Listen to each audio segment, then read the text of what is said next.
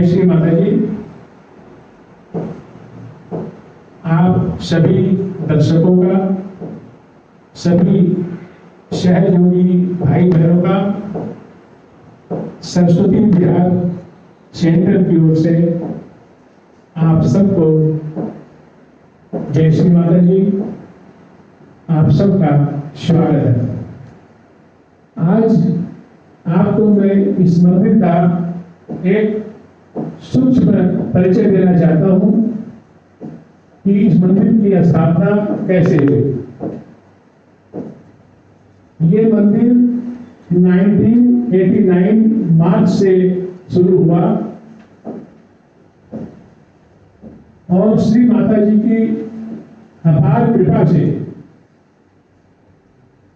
24 मार्च 1992 को श्री माता जी स्वयं पधारे, जिस मंदिर को भी आप देख रहे हैं, और श्री माता जी ने साक्षात इस मंदिर के अंदर बैठकर ध्यान दिया।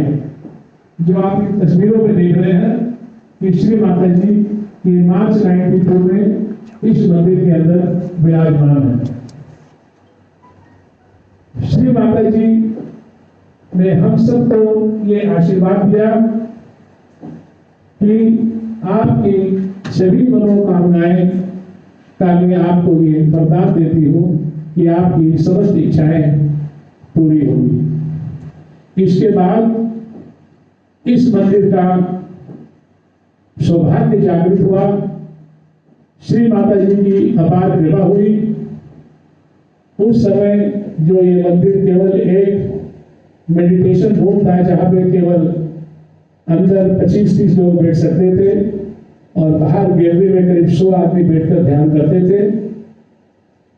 लेकिन उनकी अपार कृपा से इस मंदिर का एक्सपेंशन हुआ और पीछे की दीवार निकालकर, जो भी आप मूल मंदिर देख रहे थे, उसकी दीवार निकालकर और इस मंदिर का ये बड़ा रूप सामने आया और ये कमरे की जगह ये पूरा हॉल मेडिटेशन हॉल बन गया। ये श्री माता जी का चमत्कार ही कहेंगे कि पुराने मूल मंदिर को बिना छेड़छाड़ किए, बिना कोई बदलाव किए, हॉल के बीचों बीच वही पुराना मंदिर अपने इस आकार में और इस रूप में स्थापित हुआ। श्री माता जी को हृदय से हम कोटि कोटि प्रणाम करते हैं। उनकी इस अपार कृपा के लिए हमारे पास कोई शब्द नहीं है। अब हम आप सभी को आज विधिवत ध्यान सेंटर की शुरुआत करते हैं और उसके बाद आज के जो कार्यक्रम है वो आपको प्रस्तुत है।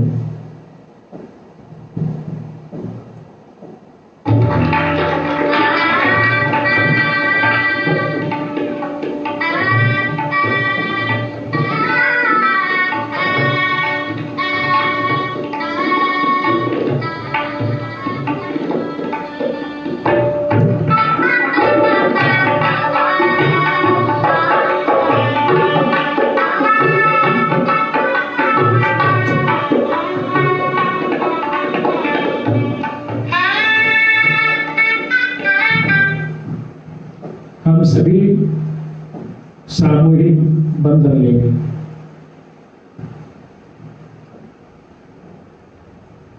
आप सभी सहयोगी बंधन लें। सामने श्री माता जी के दर्शन करते हुए, जहां पे स्वयं उनके चरण कमल इस मंदिर में पड़े। 3 बंधन में हम श्री माता जी, श्री महालक्ष्मी, श्री महासरस्वती, श्री महाकाली को कुंडलिनी बांधते हुए अपने सहस्त्रार पर विराजमान करते हैं। उसके बाद हमारे मुख्य जो 7 चक्र हैं, जिन पर सभी देवी देवता विराजमान हैं, उन सभी देवी देवताओं से विनती करते हैं कि आप जिस चक्र पर विराजमान हैं, कृपा करके उन सभी चक्रों को शुद्ध करें। वह मां कुंडलिनी जो नीचे विराजमान है वो ऊर्ध्वगति को प्राप्त करे और सभी देवी देवता जो अपने चक्र पे निवास करते हैं उनको जाने का मार्ग दे, उनमें जो दोष है उन सभी की सफाई करें। इसलिए हम 7 बार बंधन लेते हैं।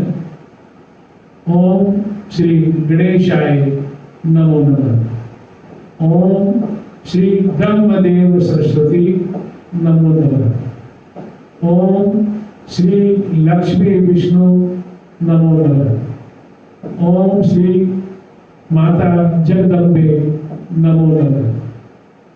ओम श्री राधा कृष्णाय नमो नमः। ओम श्री जीसस मैरी माता नमो नमः। ओम श्री सहस्त्रार स्वामिनी मोक्ष प्रदायिनी माता जी श्री निर्मला देवी नमो नमः। इस प्रकार 3 बार कुंडलिनी बांध के 7 बार बंधन लेके चित्त को सहस्त्रार में रखते हुए अपने आप को ध्यान के लिए पूर्ण रूप से सुरक्षित रखते हुए तैयार हो जाते हैं। चित्त पूरी तरह सहस्त्रार में। सहज योग का ध्यान कोई कर्म कांड नहीं है, ये आत्मा की परमात्मा से योग घटित होने की क्रिया है और ये सारे चित्त के खेल है। आप केवल मंत्रों का उच्चारण करते रहें,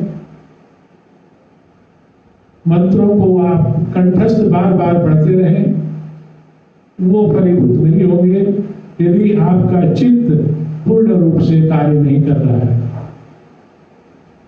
इसलिए आप शरीर का जो मुख्य स्वभाव है जड़, तो शरीर को जड़ होने दें, पंच महाभूतत्व संतुलित हो जाए। आप सभी सहयोगी जानते हैं कि ध्यान के समय हम पहले लेफ्ट साइड क्लियर करते हैं, अपना बायां हाथ श्री माता जी की ओर और राइट हैंड पृथ्वी पे रखकर।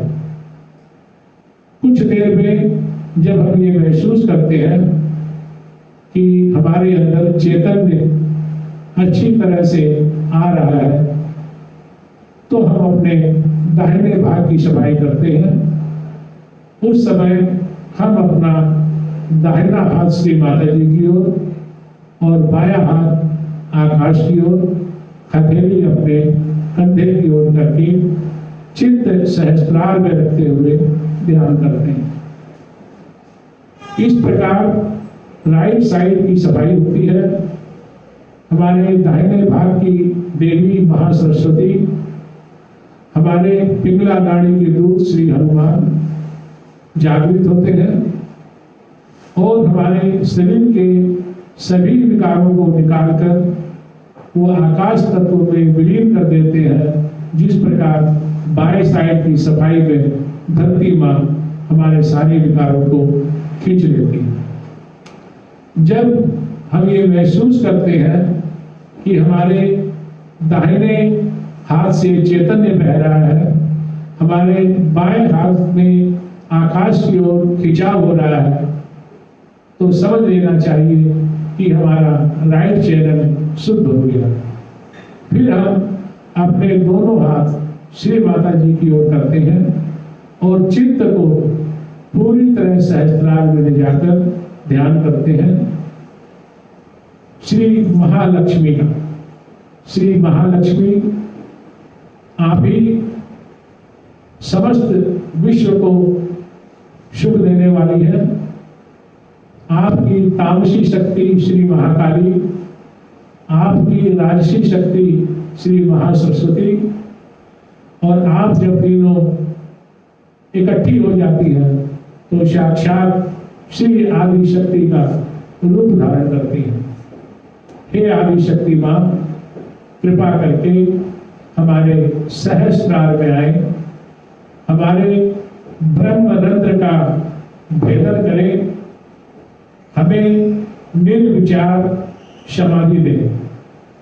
जागो मां, जागो, हमारे ऊपर मां कृपा करो। इस अवस्था को बनाते हुए, चित्त को सहस्त्रार में रखते हुए, यथासंभव अपने कमर को सीधी रखते हुए, आंखें बंद रखते हुए, आंखें ना तो अधखुली रखें, ना जोर से भींच कर बंद करें। जिस प्रकार नींद में स्वयं आपकी पलकें बंद हो जाती है, सहज भाव में अपने चित्त को सहस्त्रार में रखते हुए श्री माता जी के दर्शन करें। सहस्त्रार में मां के दर्शन करते करते आप स्वयं उस स्थिति में आ जाएंगे कि आप केवल ध्यान का आनंद लेंगे, आपकी निर्विचार समाधि लग जाएगी। और कहते हैं जब मस्त हुए तो क्या बोले, उसी स्थिति को प्राप्त करना है। क्लासिकल म्यूजिक के साथ कुछ देर के लिए हम ध्यान करेंगे। उसके बाद गणेश अथर्वशीर्ष का पाठ होगा। उसके बाद श्री माता जी का एक प्रवचन होगा। उसके बाद हम आगे की बातें आपको बताएंगे। अभी आप सभी को थोड़ी देर के लिए ध्यान में जाएं, फिर गणेश अथर्वशीर्ष।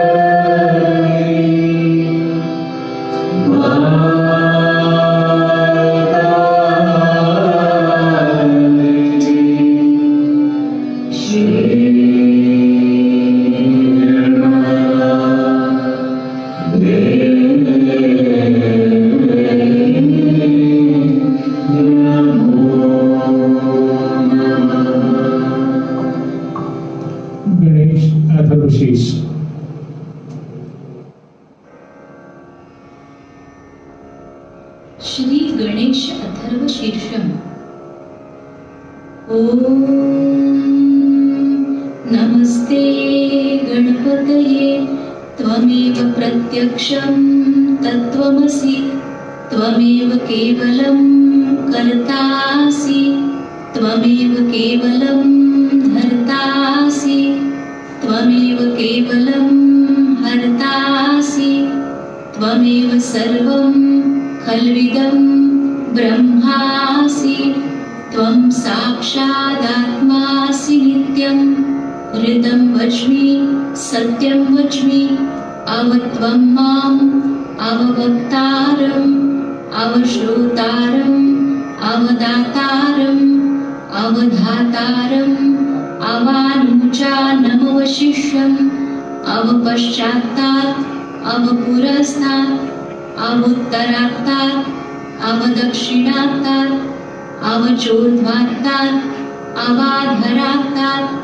सर्वतो मां पाहि पाहि समन्तात् त्वं वाङ्मयस्त्वं चिन्मयः त्वमानन्दमयस्त्वं ब्रह्ममयः त्वं सच्चिदानन्दाद्वितीयोऽसि त्वं प्रत्यक्षं ब्रह्मासि त्वं ज्ञानमयो विज्ञानमयोऽसि सर्वं जगदिदं त्वत्तो जायते सर्वं जगदिदं त्वत्तस्तिष्ठति सर्वं जगदिदं त्वयि लयमिष्यति सर्वं जगदिदं त्वयि प्रत्येति त्वं भूमिरापो नलो नीलो नभः त्वं चत्वारि वाक्पदानि त्वं गुणत्रयातीतः त्वं देहत्रयातीतः त्वं कालत्रयातीतः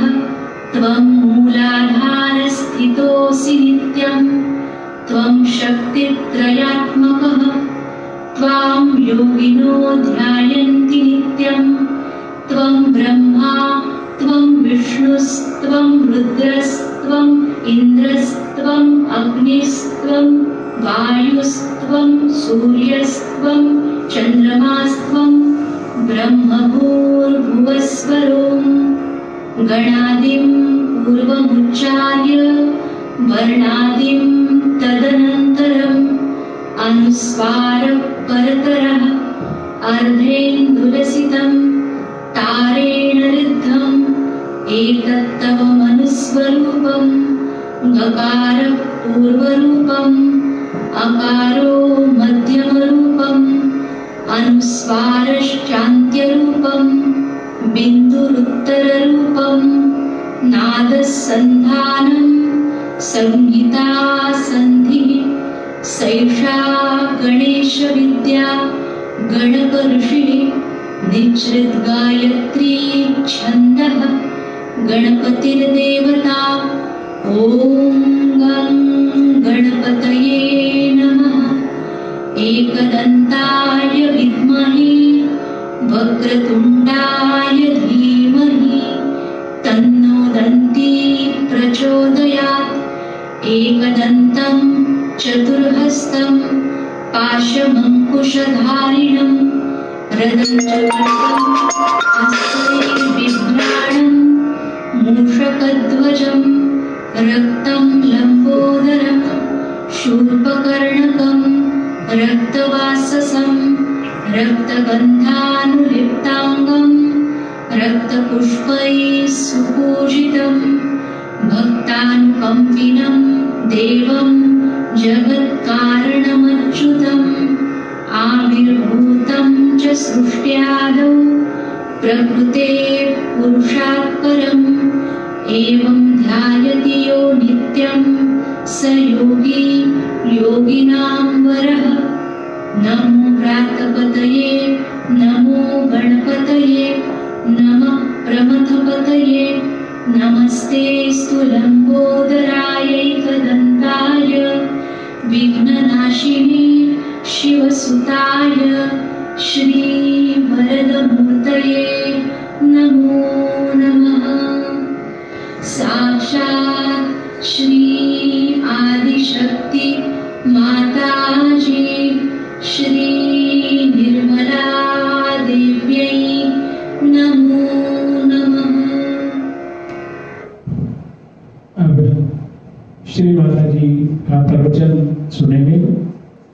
जो 20 मिनट का है, जिसका विषय है कि सरल में आना आसान है परंतु सहज में जमना कठिन है।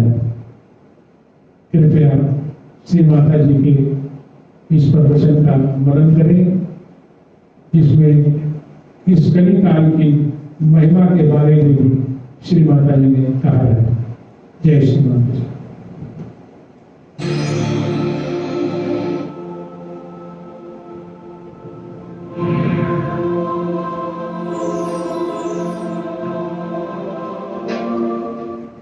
सिर्फ जो लोग कहते थे, मुझे आश्चर्य है कि हमारे यहाँ से इतने हजारों वर्ष पूर्व मच्छिंद्रनाथ, गोरखनाथ, ये लोग कहाँ पहुंचे? तो बोलीविया में पहुंचे, जो कि हम लोग जा नहीं सकते, वहां बड़ा मुश्किल है। यूक्रेन में गए, कुछ हिस्से में रशिया में भी गए, और वहां जाकर के उनको बताया कि आपके अंदर ये शक्ति है और ऐसे ऐसे चक्र है, ये है, सब वहां बताया। और हम उन्हीं के वंशज हैं, उन्हीं के हम बेटे हैं, बेटियां हैं, और हम क्या जानते? कुछ भी नहीं जानते। वो बोलीविया के लोग सब जानते हैं, पर वो कर रहे, इसकी जागृति हमें नहीं आती, इस कुंडलिनी की जागृति लेकिन हमें आती नहीं, बाकी हम सब जानते हैं। हम एक बार वहां गए, एकदम आग लग गई, जैसे हजारों लोग बोलीविया के पार, पर हमें तो वो ज्ञान भी नहीं और हम जानते भी नहीं, हमारे किताबों में इस मामले में कोई लिखता भी नहीं और न कोई बताता है। मानो हमको काट दिया उस महान संस्कृति से, उस महान ज्ञान से हमको काट दिया, और काट करके हम अजीब एक पता नहीं कौन से देश के लोग बन गए, हिंदुस्तानी है, नदड़ी है, पता नहीं क्या बन गए हम लोग, हमें कुछ मालूमात ही नहीं। लोगों ने कहा अच्छा कुंडलिनी माने, कुंडली माने, कुंडली की कुंडलिनी माने, किसी को मालूमात ही नहीं है। सोचिए, इसमें जो सागर भरा हुआ है देश में, सागर भरा। अभी एक साहब मेक्सिको से आए थे, वो यहाँ पर एम्बेसडर हैं, तो मैंने उनसे कहा कि आपके यहाँ जो है बहुत ज्यादा भूत विद्या है। पहले अच्छा था, मैंने कहा मैं तो गई थी, मैं जानती हूँ भूत विद्या बहुत है। तो कह रहे वो साइकोलॉजी से चला गया। मैंने आपकी साइकोलॉजी, साइकाट्री जो है एक बच्चे जैसी, उसकी चाइल्ड साइंस, उसमें कुछ है ही नहीं। आपको जानना है तो मैं बताऊंगा कि ये भूत विद्या, हमारे यहाँ जो साइकोलॉजी, साइकाट्री है, वो कितनी गहन, एक बातें उसके अंदर लिखी हुई है, और वो मैं समझाऊंगी तो वो बेचारे बहुत ज्ञान पिपासु है, ज्ञान जानना चाहते हैं, लेकिन मेरे पास जब टाइम होगा तो बैठ कर उनको मैं समझाऊंगा। पर आप सोचिए कि आपके देश में इतना गहन यहाँ ज्ञान का भंडार पड़ा हुआ है, और आप कहां भाग रहे हैं, क्या कर रहे हैं आप? जो देश आपके हिसाब से ऊंचे उठ गए, बड़े अग्रसर है, और उनको जाके देखिए ना, आप लोग देखा नहीं, मैंने तो देखा है। वहां के लोग सुखी हैं क्या? अगर सुखी होते तो यहाँ क्यों आते? यहाँ आनंद को खोजने क्यों आते? वो तो ऐसी चीज है कि आज आपको एक छोटा सा घर चाहिए, फिर मोटर चाहिए, फिर फलाना चाहिए, फिर वो चाहिए, जो मिलता है उससे आप सुखी नहीं, उसके बाद दूसरी चीज चाहिए, उसके बाद तीसरी चीज चाहिए, तो उसके पीछे इतने भागने की जरूरत है? कोई समाधान नहीं, कोई संतोष नहीं। लेकिन सहज में ये सब मिल जाता है, सहज में आपको पूर्णतया समाधान और संतोष मिलता है। पर सहज मार्ग भारतीय संस्कृति पे बसा हुआ है, विदेशी संस्कृति नहीं चलेगी उसमें। जो सहज में आना चाहता है और आत्म साक्षात्कार लेना चाहता है, उसको पता होना चाहिए। अब ये औरतों को देखिए, बादशाही साड़ी आड़ियां पहन के बैठे हुए, इसका मतलब नहीं कि आप वो हरे रामा जैसे कूदते फिरिए, उसकी जरूरत नहीं। असलियत को पाना है, रियलिटी को पाना है तो गहराई से उतर करके और इसमें समाना पड़ेगा, इसको समझना पड़ेगा। इसमें कोई ऐसी बात नहीं है कि जो आप नहीं कर सकते, क्योंकि आप इस महान देश में पैदा। ऐसा लिखा जाता है शास्त्रों में कि भारतवर्ष में पैदा होने के लिए हजारों वर्षों की पुण्याई काम आती। बताइए, हजारों वर्षों की पुण्याई के बाद मैं क्या देख रही हूँ, कैसे लोग पैदा हुए। और साहब, अभी हमारी जिंदगी में हमने ऐसे लोग देख लिए जिन्होंने देश के लिए अपनी जान निछावर कर दी, और अभी प्यास के लिए क्या बहे, शर्म की बात है। पद्मिनी जी ने 32,000 औरतों को लेकर जौहर कर दिया। हमारे देश की विशेषता क्या है? हमारे मूल्य पर वो सच से जागरूक होंगे, क्योंकि मैंने देखा प्रदेश के भी लोगों में वही मूल्य जागरूक हो गए, क्योंकि ये हमारे अंदर बैठे हुए मूल्य हैं जो जगमगा रहे हैं अंदर, जो अंदर प्रज्वलित है, जो सूर्य के जैसे चमक रहे हैं।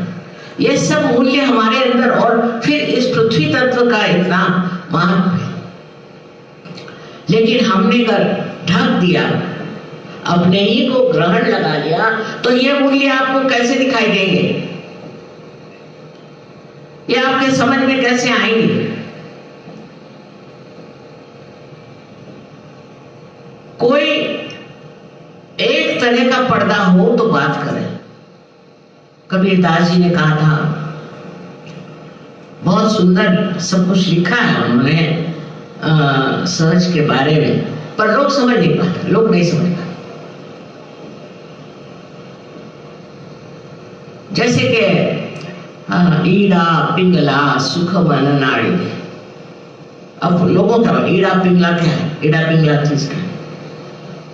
उनको नर्वस सिस्टम मालूम है, ऑटोनॉमस नर्वस सिस्टम मालूम है, पर यही ईड़ा पिंगला और सूक्ष्म नाड़ी जो है वो है, ये नहीं मालूम।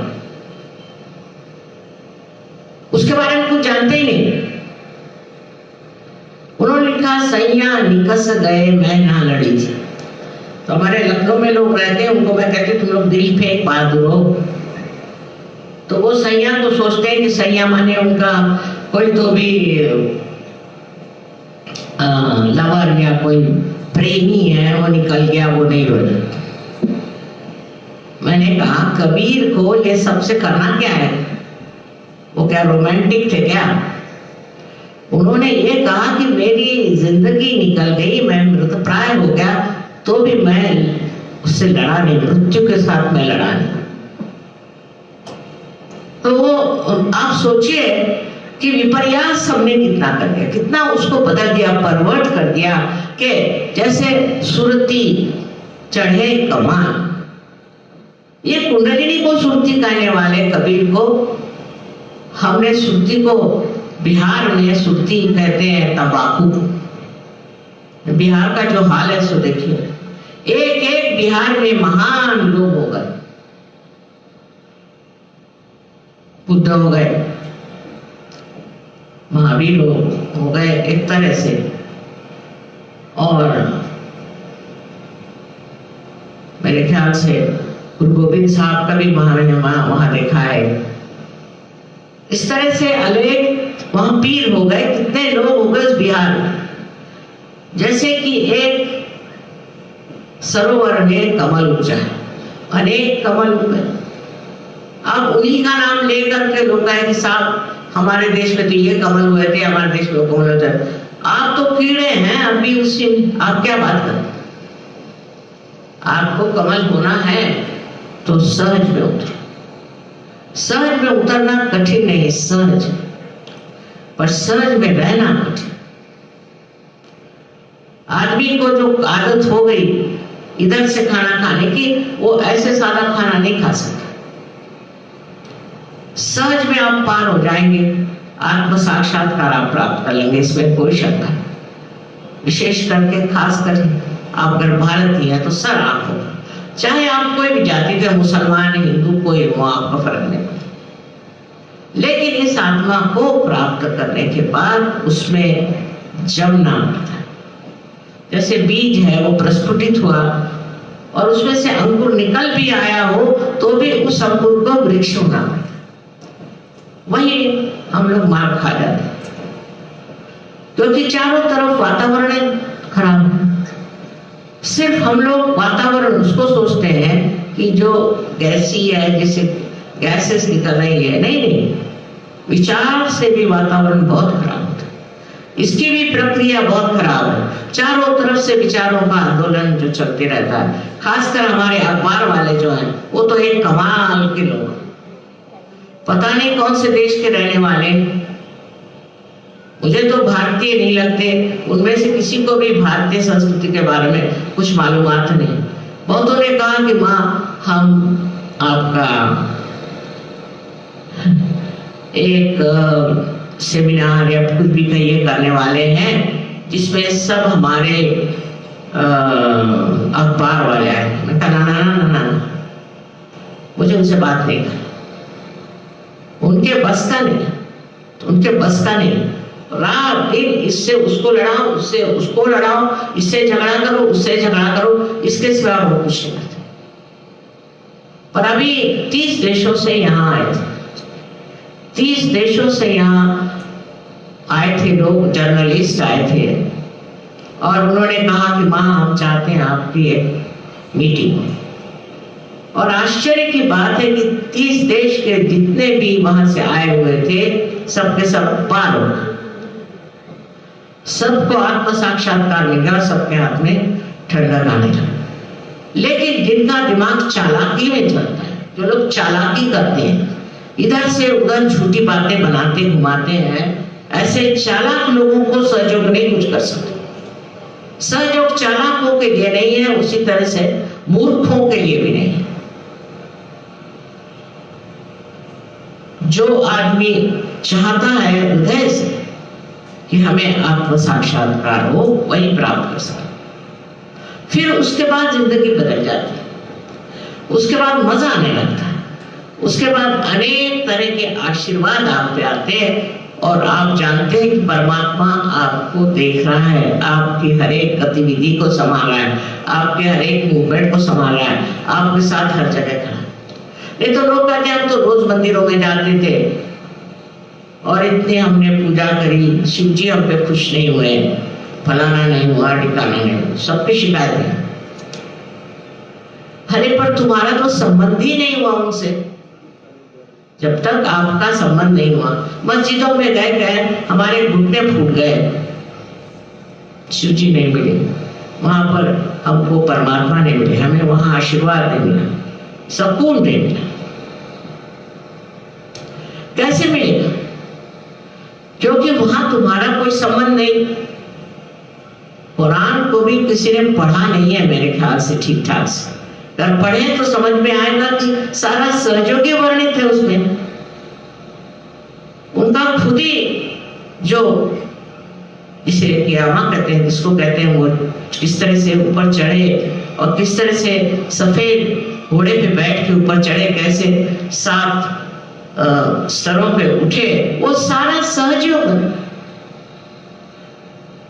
जो सच्चे होंगे वो सच्ची बात लिखेंगे ना, इधर उधर की उटपटांग बात क्यों लिखे?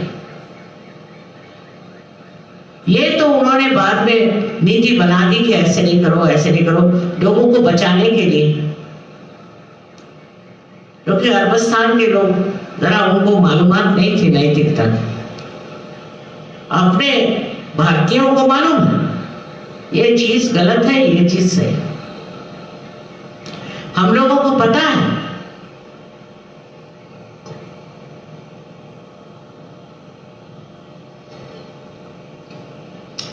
एक लड़का अंग्रेजी पढ़ने गया था कैम्ब्रिज में, उसने बताया मुझे बड़ी हैरानी होती कि ये लोग हर एक चीज को सोचते हैं कि एक बड़ा भारी आह्वान है, चैलेंज।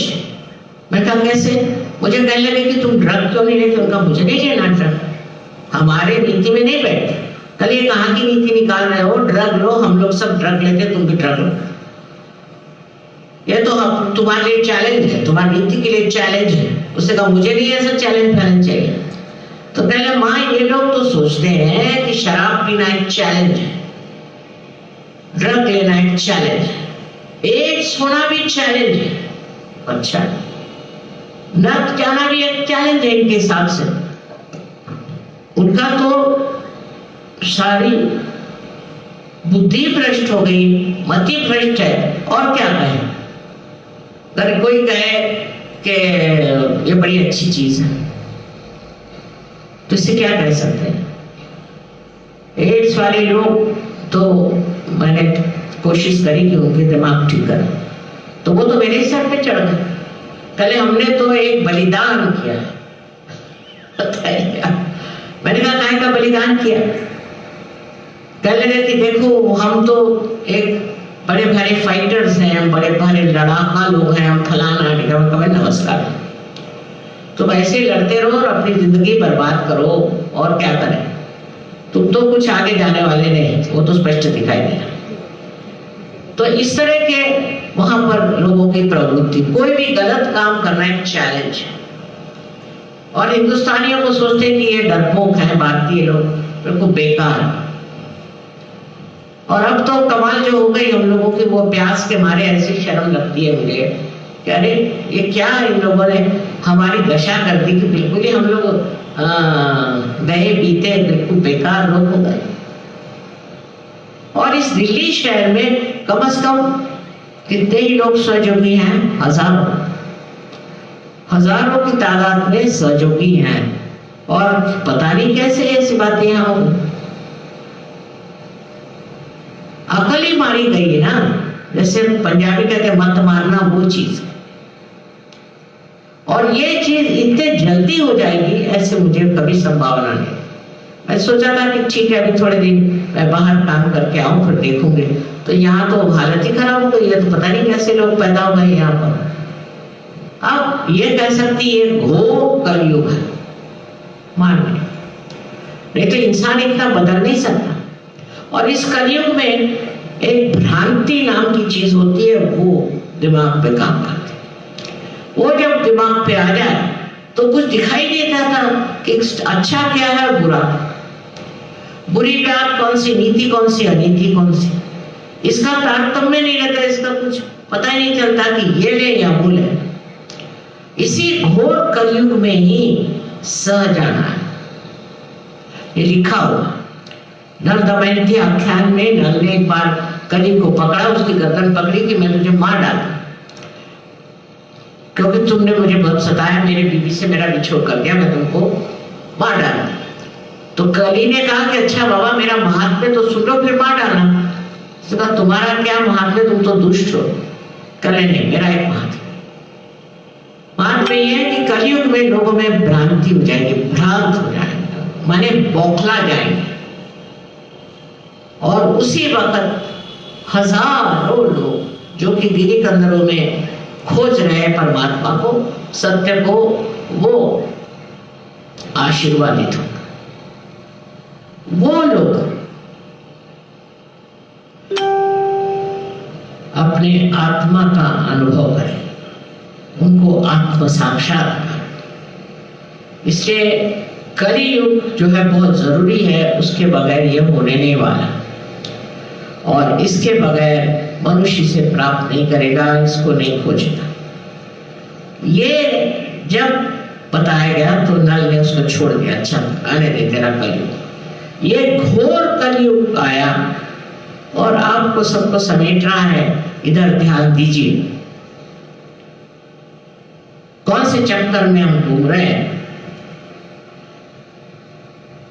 इसका विचार करना चाहिए।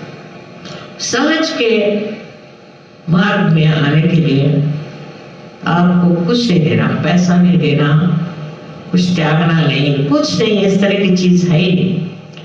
सिर्फ आपके अंदर बसी हुई कुंडलिनी का जागरण करना है।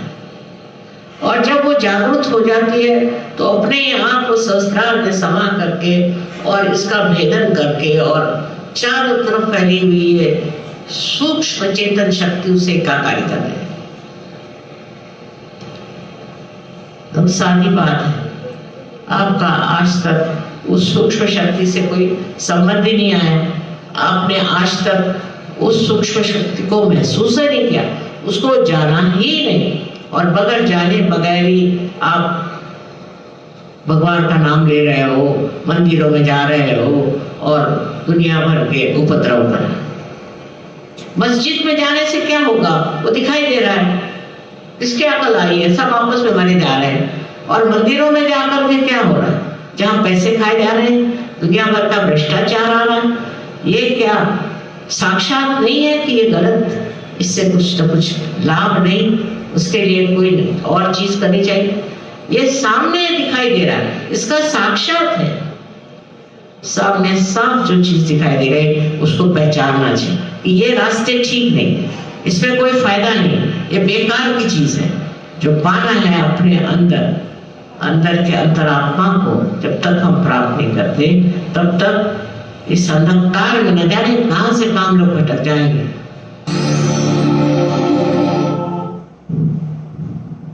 सभी कोई कुछ देर के लिए ध्यान करें।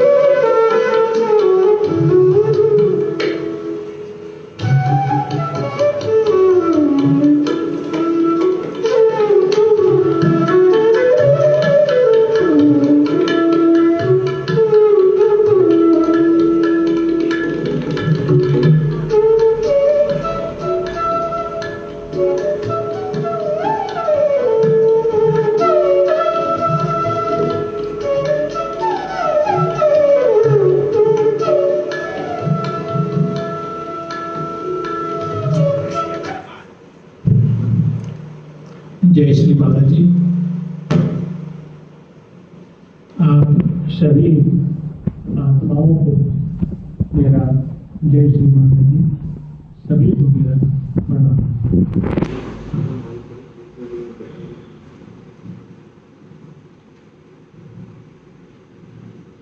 अभी हमारे पास आप लोगों के बहुत सारे प्रश्न आए हुए हैं, जिनके व्यक्तिगत समस्याओं के प्रश्न थे। उन सभी को हमने जवाब दे दिया है। उनके व्यक्तिगत व्हाट्सएप के ऊपर बाकी जो प्रश्न बचे हैं उन सभी को अभी जो हम चर्चा करेंगे, कोशिश करेंगे कि उन सारे प्रश्नों के उत्तर उस चर्चा में सारे आ जाएंगे।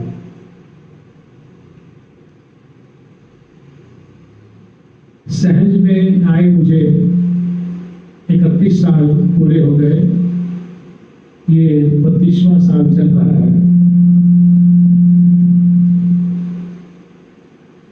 मैं कोशिश करूंगा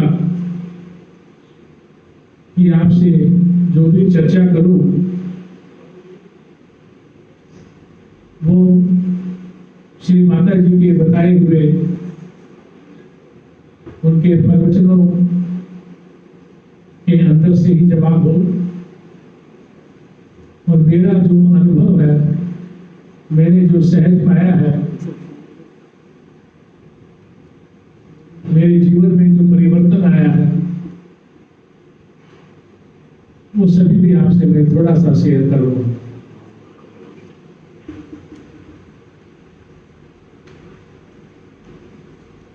सहज का ध्यान हम सभी सहजी जानते हैं कि हमारे अंदर मुख्य 3 नाड़ियां और 7 चक्र होते हैं। इन्हीं को शुद्ध करना होता है, और जब ये शुद्ध हो जाते हैं तो श्री माता जी की कृपा से हमारी कुंडलिनी जो जन्म जन्मांतर से सोई पड़ी है, उसका जागरण हो जाता है, और हमारे अंदर स्थित जो 7 चक्र हैं, उन चक्रों की सफाई करते हुए ये शक्ति ऊर्ध्व गति को प्राप्त करती है। सभी चक्रों को शुद्धता प्रदान करते हुए ये हमारे ब्रह्म रंध्र का भेदन करके सहस्त्रार में आती है, और चराचर में फैली हुई इस ब्रह्म शक्ति से हमारा मिलन होता है, योग होता है, जिसे हम सेल्फ रियलाइजेशन कहते हैं। कुंडलिनी की बात सभी साधुओं ने, संतों ने, ऋषियों ने, मुनियों ने की। अनेक ग्रंथों में इसकी चर्चा की गई, लेकिन मैं अपने अनुभव के हिसाब से आपसे ये बात दावे के साथ कह सकता हूं कि कथनी और करनी में जमीन आसमान का फर्क है। बहुत से लोग कहते हैं कुंडलिनी पेट में है, कोई कहता है नाभि में है, कोई कहते हैं मूलाधार में है, कोई कहते हैं मेढक की तरह उछलो तो जागृत होगी, कोई कहता है अष्टांग योग करो तो जागृत होगी, कोई कहता है व्रत उपवास करो तो जागृत होगी। ये सारी बातें मन गढ़ंत है। हो सकता है कोई बिरले व्यक्ति को हठ योग के द्वारा सैकड़ों साल के तपचर्या के बाद अपने शरीर को, अपनी काया को जर्जर कर कर इसकी प्राप्ति हुई हो तो उसका भी क्या फायदा। यदि इसके जागृति के बाद हम दूसरे का भला नहीं कर सके, अपना भला नहीं कर सके, जग का कल्याण नहीं कर सके, तो इसकी प्राप्ति होने के बाद भी ये सारा मिथ्या है। इसीलिए श्री माता जी ने कहा कि गृहस्थ योग में रहकर ही आप इसको प्राप्त करें।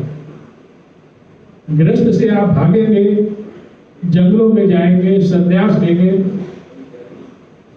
और वहां पर जाकर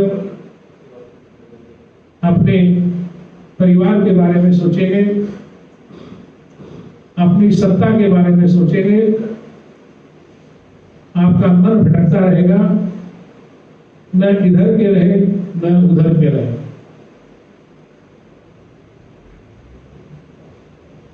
ये आपको तो आनंद देती ही है, आपके संपर्क में जो आता है उसको भी आनंदित करती है। एक बार यदि इसके आनंद को आप जान लें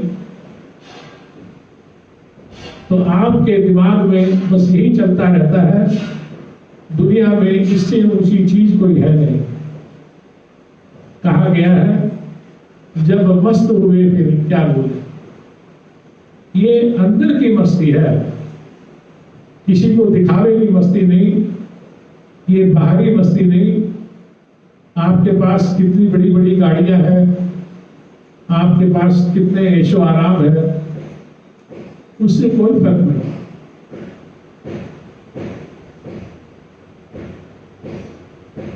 क्योंकि हम सभी जानते हैं, सभी कहते हैं कि मैं मन, बुद्धि, अहंकार, शरीर आदि नहीं हूं, मैं केवल आत्मा हूं।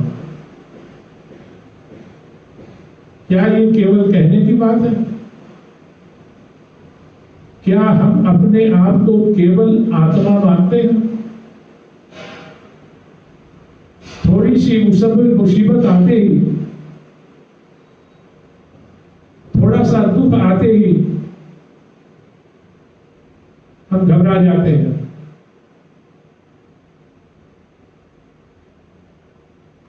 और ये कहते हैं कि आत्मा को कभी दुख होता नहीं, आत्मा कभी बीमार होती नहीं, आत्मा कभी मरती नहीं, ये अजर अमर है। ये कब होगा? जब हम आत्मानंद हो जाए, जब हम अपने इस मन के उठने वाले भावों से ऊपर उठ जाए। परिवार में रहते हुए, समाज में रहते हुए हम अपने आप को ये माने कि मेरा कार्य इस जीवन में केवल ये है कि इस आनंद को बांटे। अभी आपने श्री माता जी के प्रवचन में सुना कि कलयुग की एक विशेष महत्वता है। वो क्या है कि जो परमात्मा, जो ईश्वर सतयुग में, त्रेता में, द्वापर में बहुत भक्ति करने के बाद, बहुत तपस्या करने के बाद, बहुत कष्ट पाकर, अपने शरीर को कष्ट देकर, बहुत से योग आदि करने के बाद प्राप्ति होती थी। कलयुग में वो केवल आपके शुद्ध इच्छा मात्र से प्राप्ति हो जाती है। आज देखिए पूरे विश्व कोरोना महामारी से ग्रसित है।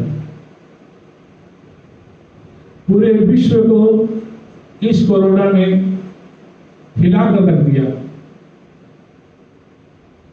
जो बड़ी बड़ी महाशक्तियां वाले देश हैं, जो अपने आप को बहुत ताकतवर मानते हैं, हम सब जानते हैं आज उनकी हालत क्या है। एक बायोलॉजिकल वायरस जो इंसान का बनाया हुआ है, जिसके अंदर मनुष्य की बनाई हुई केवल कुछ बाहरी विकारों की शक्तियों को जोड़कर भयभीत कर रखा है, उसने आज सारे विश्व को हिला दिया।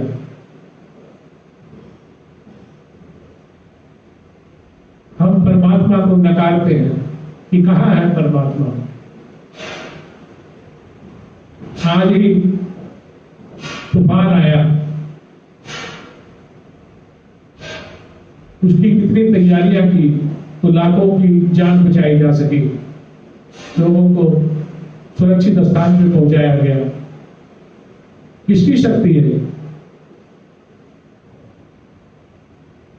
जिसे हम परमात्मा कहते हैं, जिसे हम आदि देव आदि शक्ति कहते हैं,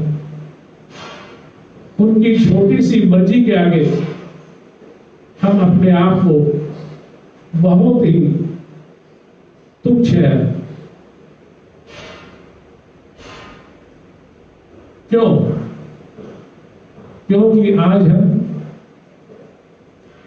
परमात्मा की उन शक्तियों को नकारते हैं और मनुष्य की बनाई हुई उन तुच्छ शक्तियों के गुलाम हो गए।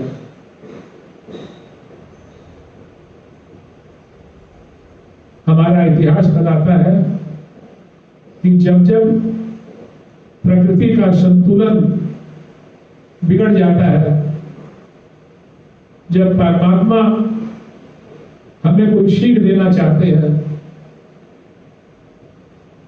जब उनके बहुत समझाने के बाद भी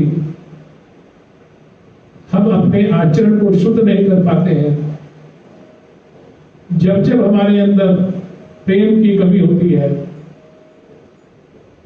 जब जब हमारे अंदर विकारों का भंडार आ जाता है, तो परमात्मा को ये खेल खेलना पड़ता है। आज सभी कोई उस परमात्मा को याद कर रहे हैं जो लोग कहते थे कि हम बहुत व्यस्त हैं, हमारी जिंदगी बहुत बिजी है, रात को हमें बड़े बड़े क्लब चाहिए, बड़े बड़े दूसरे प्रलोभन या अपने शारीरिक सुख के लिए, अपने मनोरंजन के लिए साधन चाहिए। आज सारे वो बंद पड़े।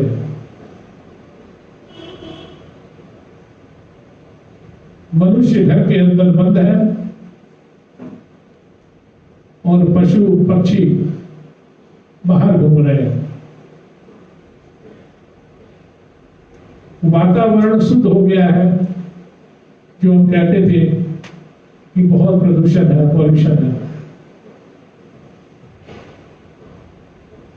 जो लोग कहते थे हमें बहुत काम है, आज वो सब अपने परिवार के साथ सुखी जीवन व्यतीत कर रहे हैं। ठीक है, आर्थिक समस्याएं अभी और आएंगी, लेकिन आप इस समय का सदुपयोग कीजिए। इस समय को आप यूं ही बर्बाद ना होने दें। अपने इस समय आंतरिक शक्ति को बढ़ाएं। इस समय आप ध्यान धारणा की प्रैक्टिस करें, अपने चक्रों की सफाई करें, उस परमात्मा को याद करें। हे परमात्मा, हम मनुष्य मूर्ख है, थोड़ा सा सुख मिलते ही, थोड़ा ऐश्वर्य और आराम के साधन मिलते ही हम आपको भूल जाते हैं। हमें सुबुद्धि दें, हमारे ऊपर कृपा करें, जाने अनजाने हमसे जो भूल हो गई है उसे आप क्षमा करें और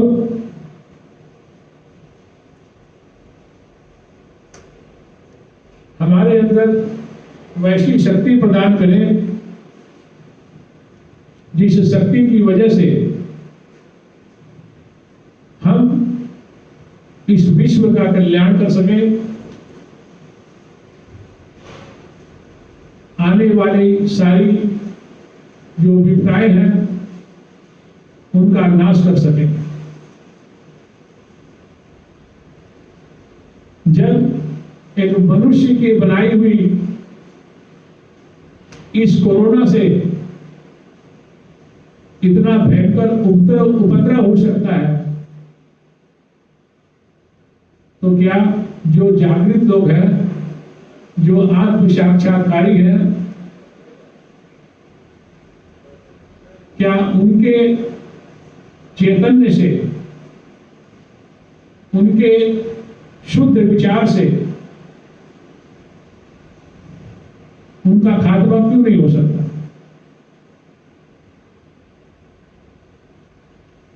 जब श्री हनुमान जी आए, बचपन में बहुत नटखट थे, अपने दोस्तों की मंडली के साथ वो कुछ खेलवश अपनी उम्र के हिसाब से उदंड माने जाते थे और किसी भी ऋषि के आश्रम में जाके, किसी भी महात्मा के आश्रम में जाके उछल कूद करने लगते थे, पेड़ों पर चढ़ जाते थे, फल आदि तोड़कर स्वयं खाते थे और नुकसान भी करते थे। अपार बल था उनके अंदर, अपार शक्ति थी। तो एक बार एक ऋषि ने उनको श्राप दिया कि जाओ, तुम्हारी ये शक्ति काम नहीं आएगी और तुम इतने बलवान नहीं रहोगे। जैसे ही उस ऋषि ने श्राप दिया, सभी देवी देवता आए, बोले हे महात्मा, आपने ये क्या कर दिया? ये तो भगवान राम के सहायक के रूप में आए हैं। भगवान राम ने पृथ्वी पर जो उपद्रव हो रहा है, जो बड़े बड़े राक्षस आ गए हैं, जो दुनिया को तकलीफ दे रहे हैं, जो सदाचार को भूल गए हैं, जो अपने शक्ति का दुरुपयोग कर रहे हैं, वो तपस्या आदि करके परमात्मा से वरदान मांगकर फिर उस वरदान का भी वो दुरुपयोग कर रहे हैं, गलत लाभ ले रहे हैं। उन दुष्टों का संहार करने के लिए जो स्वयं परमात्मा धरती पर अवतरित हो रहे हैं, उनकी सहायता के लिए श्री हनुमान जी आए हैं।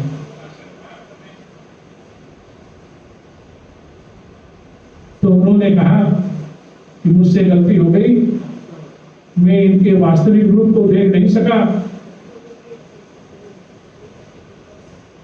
तो उन्होंने कहा कि ठीक है, जब इनके बल का आप याद दिलाओगे तो इनका बल पुनः जागृत हो जाएगा। उसी प्रकार हम सभी सहयोगी हैं। माता जी से आत्म साक्षात्कार पाया है। हमारे अंदर वो सारी शक्तियां निहित है, लेकिन हमारे उस नटखटपने से, हमारी उदंडता से उन शक्तियों को हम भूल गए, उनका हम सदुपयोग करना भूल गए। आज समय है कि उन शक्तियों को हम याद करें, उनको जागृत करें और विश्व कल्याण के लिए आगे आए। लक्ष्मण जी ने सीता के आगे एक लकीर खींच दी थी कि मैं स्वर्ण हिरण के पीछे जा रहा हूं, मां आप इस रेखा के बाहर मत आना, इस रेखा के अंदर कोई भी प्राणी या पशु आकर आपको हानि नहीं पहुंचा पाएगा। उस रेखा में इतनी शक्ति थी। अनेकों उदाहरण इस प्रकार है। उसी प्रकार हम जो ये 3 बार कुंडलिनी बांधकर 7 बार बंधन लेते हैं, वही शक्ति निहित है, लेकिन हमें उस शक्ति पर भरोसा होना चाहिए। उसके लिए क्या करें? अपने आप को पूरी तरह हमें चार्ज रखना होगा। जिस प्रकार मेरे पास बहुत से प्रश्न आए हैं जिसमें लोगों ने कहा ध्यान में मन नहीं लगता, वाइब्रेशन नहीं आती, आलस्य आता है, समस्याएं हमेशा बनी रहती है, हमारे काम में रुकावटें बहुत आती है, हमारे शरीर के अंदर विभिन्न प्रकार के समय समय पर समस्याएं खड़ी हो जाती हैं। श्री माता जी ने बहुत ही अच्छी तरीके से इसके बारे में बताया है कि हमारे शरीर में केवल 3 रोग होते हैं। एक रोग हमारे बाएं भाग से आता है,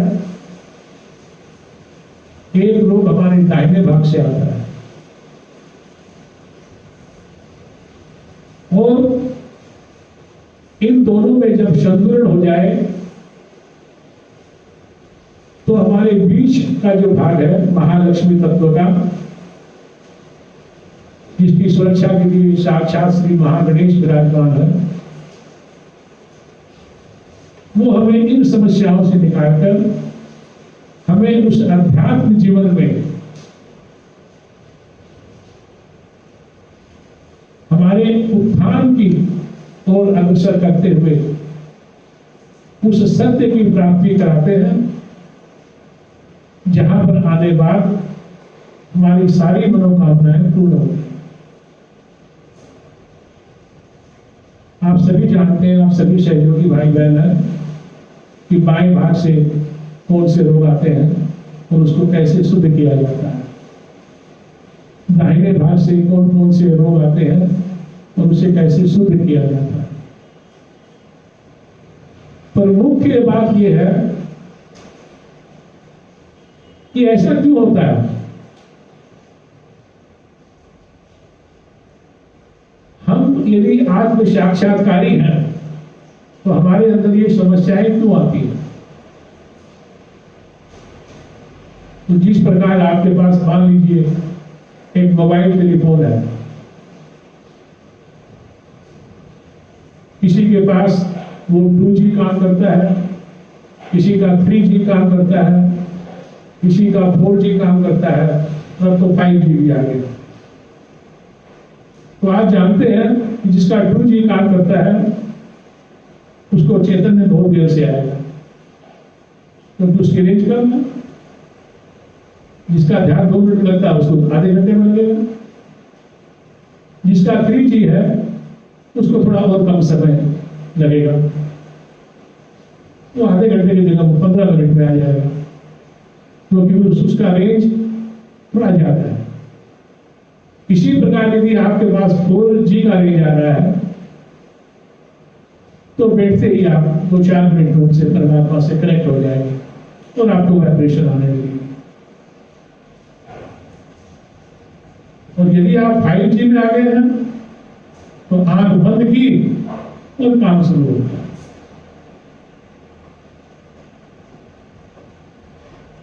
तो कहने का अर्थ यह है कि आपका जो कनेक्शन 2G 3G है, ये 4G और 5G जो कहने के लिए है, उसको इतना मजबूत कीजिए कि हम जब चाहें तब दर्शन कर ले और जब चाहें तब अपने सहस्त्रार में आ जाए। हम इस घोर कलयुग में रह रहे हैं, उतार चढ़ाव आते रहता है। यदि दुख नहीं आए तो सुख का अनुभव नहीं होता, इसलिए दुख आना बहुत जरूरी है।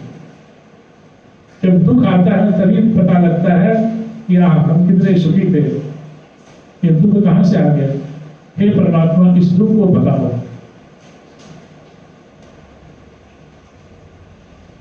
परमात्मा से जब हम भटक जाते हैं, जब हमारा रिचार्ज कमजोर हो जाता है, तो परमात्मा हमें दुख देकर ये याद दिलाते हैं कि अपने को रिचार्ज करो। जब हम अपने परिवार की समस्याओं में, अपने मानसिक समस्याओं में, अपने अहंकार में आ जाते हैं, तो हमारे अंदर ये तकलीफें आती हैं, हमारे अंदर भटकाव आ जाता है। हम एक नाव पर नहीं रह सकते, 2 नाव पर एक साथ चलना चाहते हैं।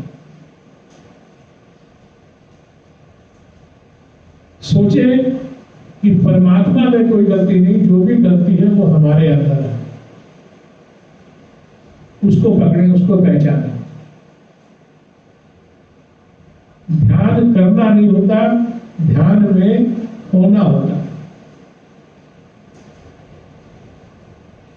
सहज योग में कोई कंडीशनिंग नहीं है कि आप कितनी देर ध्यान करते हैं, कितनी देर आप फूड शॉपिंग करते हैं, कितनी देर आप कैंपिंग करते हैं। आप अपने आप को कितने समय तक निर्विचार समाधि करें, ये मुख्य चीज है। तो आप सभी से मैं एक ही बात कहूंगा कि आप अपनी अवस्था को देखें, दूसरे पर दोष ना दें। महाभारत काल में जब युद्ध समाप्त हो गया, भगवान कृष्ण विदाई लेने लगे, तो उन्होंने अपनी बुआ कुंती से पूछा कि मैं अब यहां से प्रस्थान कर रहा हूं, पांडवों का शासनकाल का समय आ गया है, कहो आपको क्या चाहिए, आप कुछ वर मांगना चाहते हैं तो मांग लो। उन्होंने कहा कि मैं जो मांगूंगी वो आप दोगे। क्यों, आपको इसमें शंका है कि मैं नहीं दे पाऊंगा? देख लो, अपनी बात से रुकर मत जाना। मैं जो मांगूंगी वो आप दोगे, तो आप मांग के तो देखो। क्या मांगा कुंती ने? उसने कहा मुझे दुख देना, जिंदगी में हमेशा दुख देना, केवल सुख में मत रहना। बोले बुआ क्या मांग रही हो? सारी उम्र तुमने दुख झेला तो तेरे को दुखी आ जाता है मांगना, ठीक से मांगो। बोले मैं ठीक से ही मांग रही हूं, मेरा दुख समाप्त मत करना। बोले क्या कह रही हो आप? अभी कोई दुख देखना बाकी है आपको? बोले हे चलिया, हे गोपाला, हे कृष्ण, हे वासुदेव, ये बताओ जब जब हम पर दुख पड़ा तुम्हारे यहाँ नहीं आया? जब भी हमारा संकट काल आया, द्रौपदी का चीरण हुआ, तो चीरहरण होते ही तुमने आके उसके दांत बचाए। जब दुर्वासा 1000 शिष्यों के साथ अचानक वन में भोजन के लिए आ गए, तो आपने चावल के एक दाने से सबकी भूख मिटाई। आप कब नहीं आए? इसलिए मैं आपसे ये मान रही हूं, हे ईश्वर, कि दुख में तुम हमेशा हमारे साथ रहते हो, सुख में पता नहीं भूल जाओ। यदि सहयोगी को कोई दुख आता है, कोई संकट आता है, तो ये सोचिए हमारा वो परीक्षा रही है। और अपने आप को देखिए कि मैंने कौन सी गलती की है। मैं प्रभु को भूल तो नहीं गया, मैं आदिशक्ति मां को भूल तो नहीं गया, मेरे से कोई प्रोटोकॉल में गलती तो नहीं हुई, मैंने अपने आप को चार्ज करने में कहीं गलती तो नहीं कर दी। तो अपनी त्रुटियों को देखें और अपने आप को ठीक करें। इसी बातों के साथ आज हम यही इसकी समाप्ति करते हैं। आरती होगी। अब आरती के बाद अगले बृहस्पतिवार को हम फिर मिलेंगे, आपको सूचना दे दी जाएगी। जय श्री बाबा जी।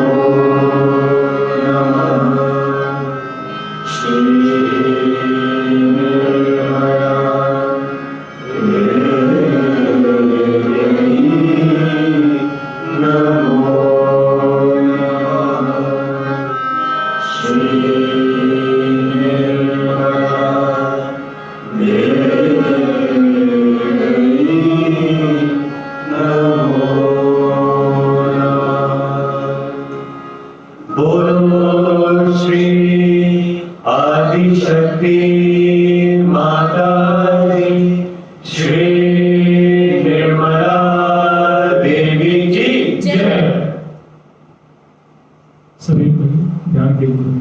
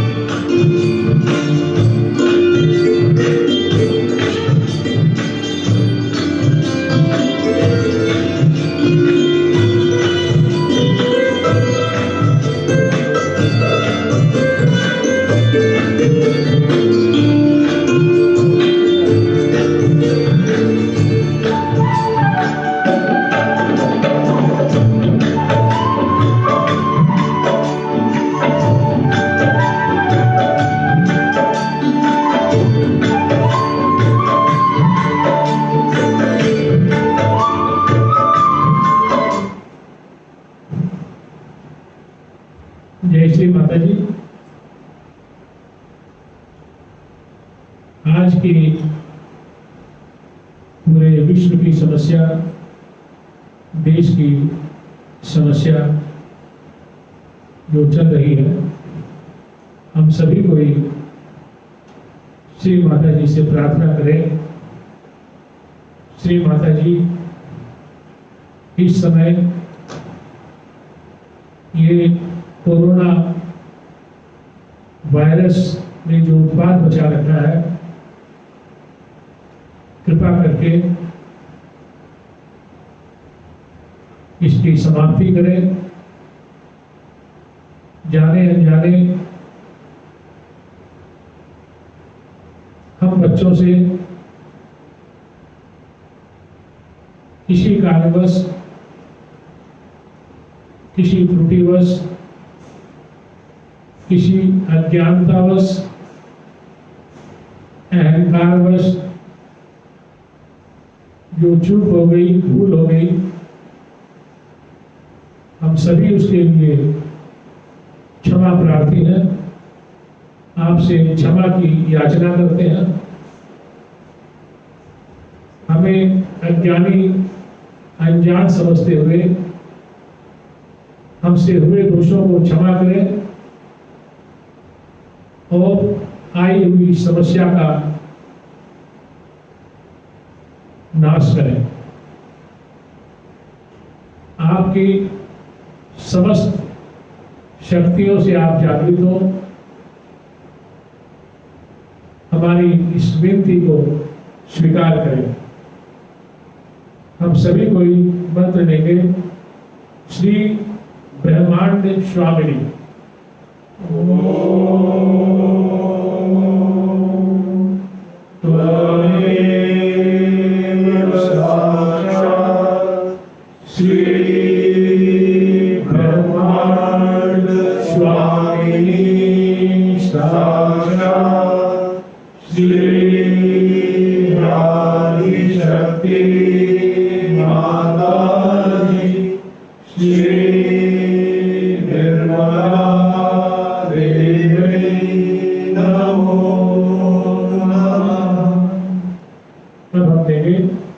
समस्त विषाणु मर्दनी।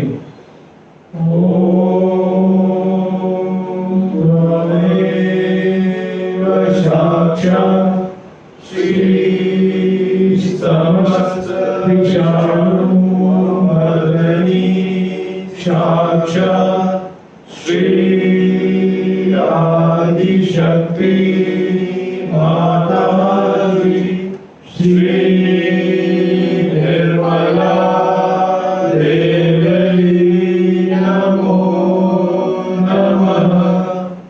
सर्व बाधा विनाशिनी।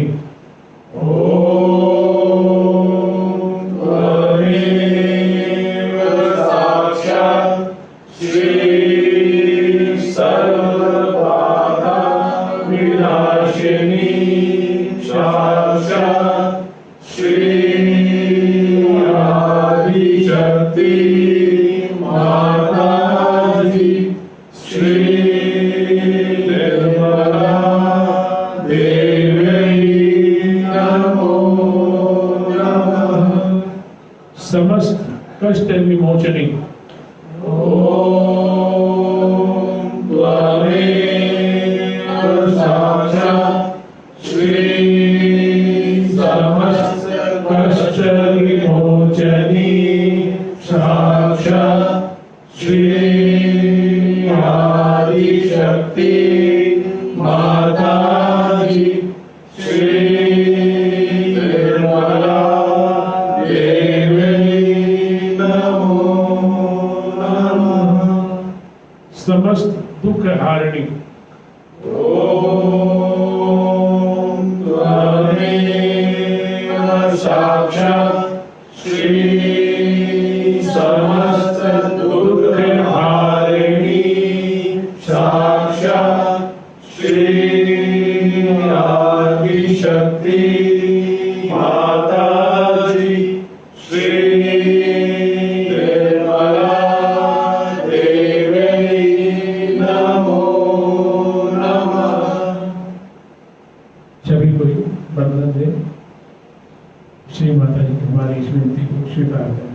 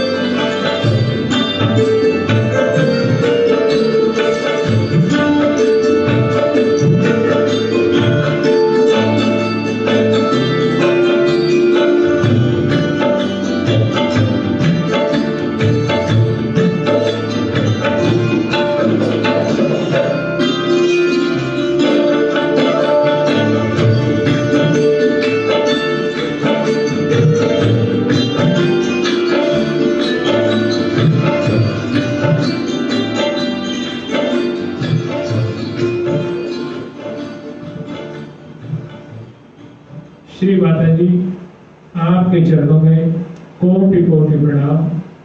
आपका कोटि कोटि धन्यवाद। श्री माता जी जाने अनजाने हमसे जो भी त्रुटि हुई हो, भूल हुई हो, हमें नादान जानकर क्षमा कर देंगे। आपका प्यार सदैव बनाए रखेंगे। आपकी कृपा हमेशा बनाए रखेंगे। नेक्स्ट थर्सडे को ठीक इसी समय 4 बजे हम पुनः मिलेंगे। जय श्री राम।